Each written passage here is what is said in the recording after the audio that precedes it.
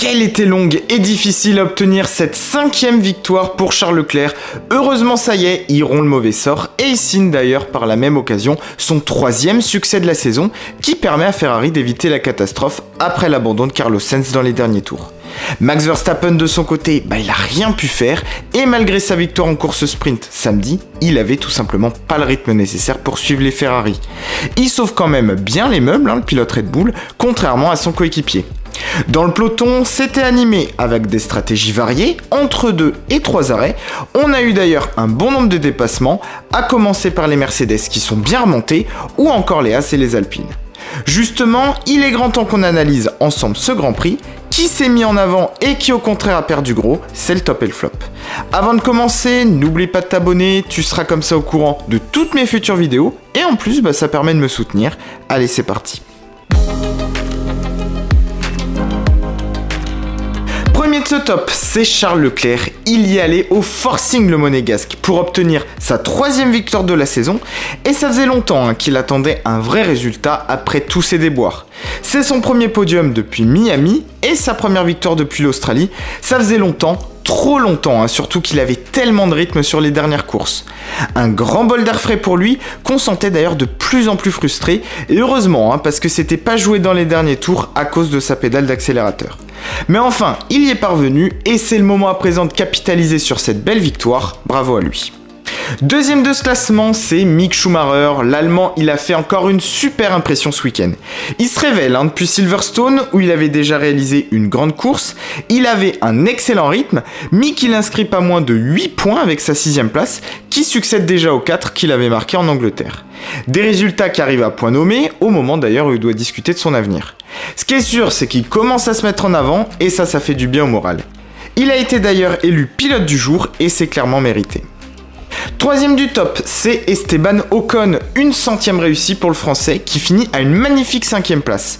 Week-end ultra solide d'Esteban avec des gros points marqués pour lui. Il a été très propre, très consistant, sûrement d'ailleurs le meilleur des autres derrière les 3 gros et d'ailleurs le résultat le prouve. Que ce soit qualif, course sprint et Grand Prix, il avait un excellent rythme, il a fait de beaux dépassements qui lui permettent d'ailleurs de prendre la 8e place au championnat pilote et à Alpine de se rapprocher encore de McLaren. Ils sont désormais à égalité et ça c'est très bien joué de sa part. A noter le beau rattrapage de Mercedes après une entame quand même assez difficile qui voit Hamilton signer son 3e podium d'affilée, mais aussi de McLaren qui contre toute attente met ses 2 voitures dans les points avec Norris 7e et Ricciardo 9e. Et on commence ce classement des flops par AlphaTauri, performance catastrophique ce week-end, et la spirale négative continue pour la petite sœur de Red Bull. Côté Gasly, c'était brouillon, il confirme que les week-ends de course sprint, c'est pas sa tasse de thé. Incident le samedi avec Hamilton, dimanche c'était pas mieux avec un contact avec Vettel qui l'envoie au tapis et c'est encore un 0 pointé. Tsunoda lui non plus, il a pas pu faire de miracle et il se retrouve lui aussi très loin. Ça commence à peser chez AlphaTauri qui perd pied et qui perd encore une place au constructeur. Les évolutions sont à venir au Grand Prix de France, il était temps. Deuxième flop, c'est pour Sergio Pérez. Dommage pour le Mexicain qui avait fait une très belle course sprint le samedi avec une jolie remontée depuis le peloton pour finir 5e et le dimanche il en veut peut-être un tout petit peu trop au départ et il voit déjà sa course quasi terminée. Il s'arrête au stand mais il n'a pas de rythme du tout à cause de sa voiture abîmée et ça fait de gros points de perdus qui lui coûtent aussi d'ailleurs une place au championnat et c'est dommage pour lui parce qu'avec l'abandon de Sainz il y avait peut-être quelque chose à aller chercher. Troisième et dernier flop, c'est du côté d'Aston Martin. Après les points marqués à Silverstone, c'était difficile ce week-end chez les Verts. Vettel a pas eu beaucoup de chance, un tour annulé en qualif, envoyé dans le bac à gravier par 2 fois, par Albon mais aussi par Gasly, il y avait de toute façon pas grand chose à espérer. Stroll de son côté termine tout juste mieux, 13e de la course, pas grand chose à relever mais une performance qui est très terne malheureusement. A noter que Ferrari nous a fait encore une grosse frayeur, si Leclerc s'en sort bien, c'est en tout cas une nouvelle alerte avec le moteur de Sainz qui a pris feu et qui perd gros au championnat alors qu'il aurait pu potentiellement aller chercher le doublé.